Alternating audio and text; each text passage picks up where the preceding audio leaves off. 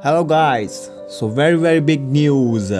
So Canada wins gold medal in Beijing 2022. So before starting this news, please subscribe my channel and watch more Beijing 22 news.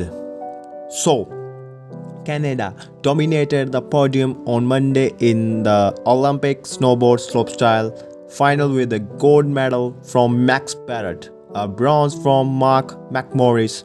Parrot is back and healthy after a battle with Hoskin that sidelined him for all of the 2018-19 season.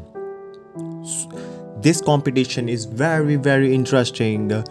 So Canada wins gold medal in Beijing 2022. So please subscribe my channel and watch more Beijing 22 news.